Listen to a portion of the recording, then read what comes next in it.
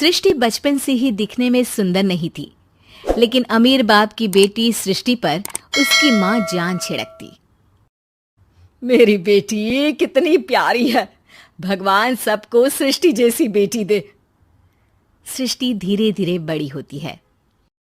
एक दिन सृष्टि की सहेली कहती है, तू दिखने में कितनी अजीब सी है, लेकिन मैं जानती हूँ हम सब में सबसे अच्छी शादी तो तेरी ही होगी।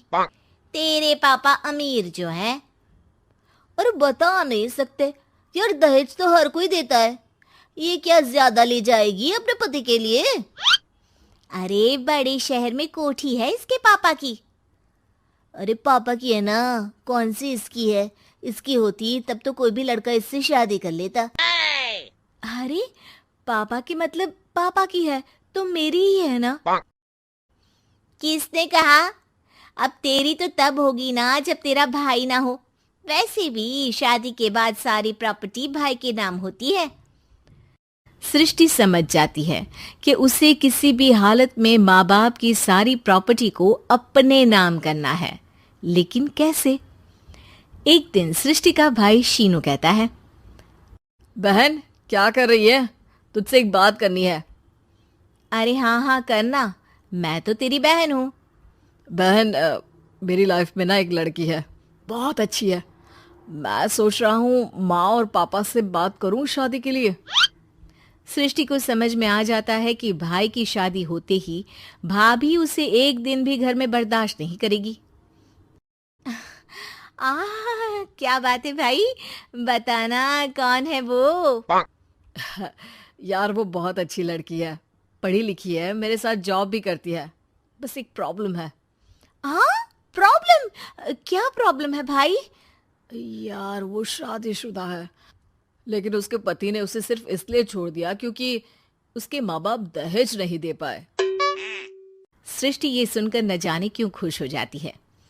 अरे भाई तो क्या हुआ, लड़की तुझे तो पसंद है ना?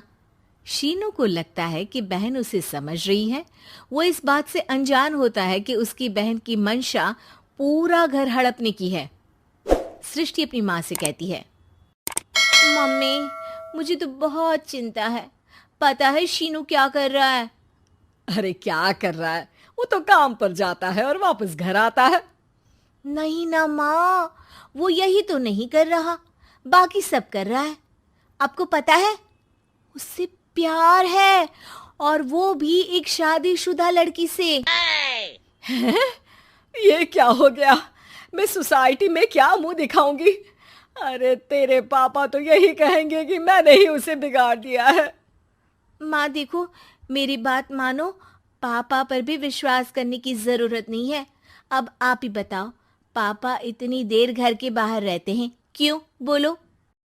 अरे बेटा वो तो नौकरी करते हैं ना। तू बहुत भोली है माँ। पापा का ऑफिस तो 7 बजे खत्म हो जाता है, लेकिन देखो कितनी देर से आते हैं। अरे नहीं बेटा, ऐसी कोई बात नहीं है। सृष्टि माँ को एक औरत से बात करते पिता की फोटो दिखाती है।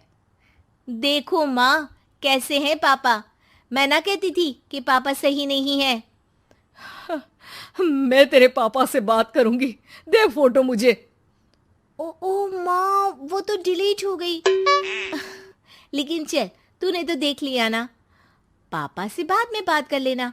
और हाँ, मेरा नाम बिल्कुल मत लेना। हाँ माँ।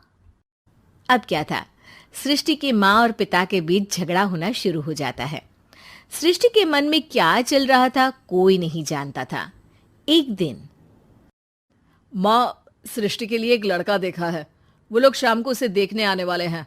और हाँ माँ, एक खुशखबरी, मैं और पापा मिलकर एक नया बिजनेस ट्राई कर रहे हैं। शाम को लड़का आता है, सांवले रंग का। सृष्टि को तो बिल्कुल भी पसंद नहीं आता।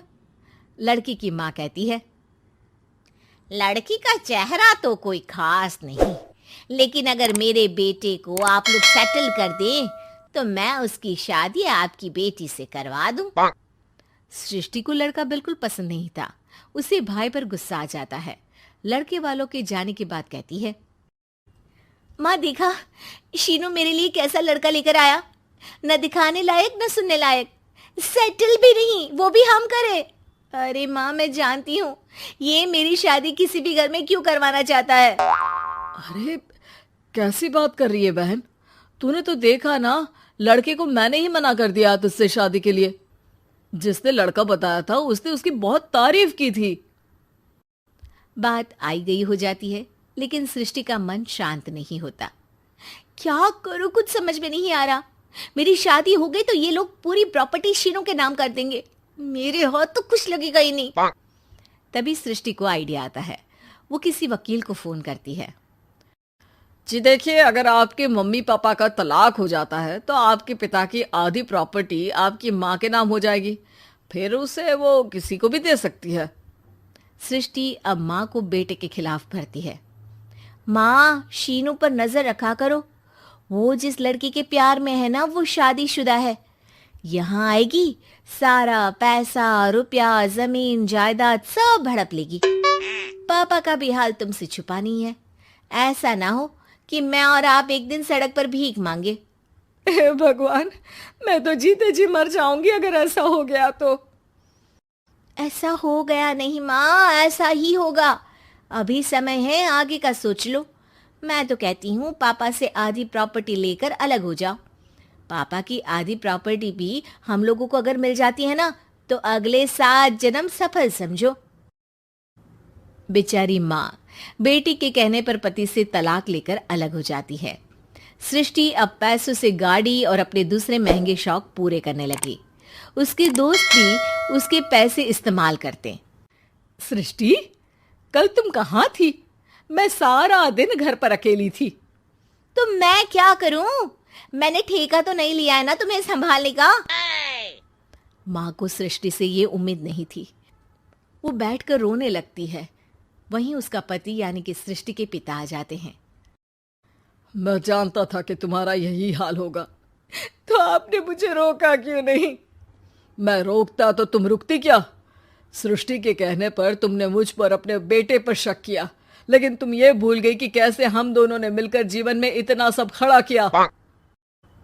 माँ पति के गले लग जाती है। मुझे माफ कर दीजिए, मैंने आपकी कमाई का एक बड़ा हिस्सा गवा दिया। कोई बात नहीं, तुम साथ हो तो मैं ऐसी 7 प्रॉपर्टी खड़ी कर दूंगा। तभी वहां सृष्टि आ जाती है रोते हुए। माँ, मयंक ने मुझे छोड़ दिया। वो बोल रहा था जब तक मेरे पास पैसे थे तब तक ही वो मेरे साथ था। पापा, माँ, मुझे माफ कर दीजिए।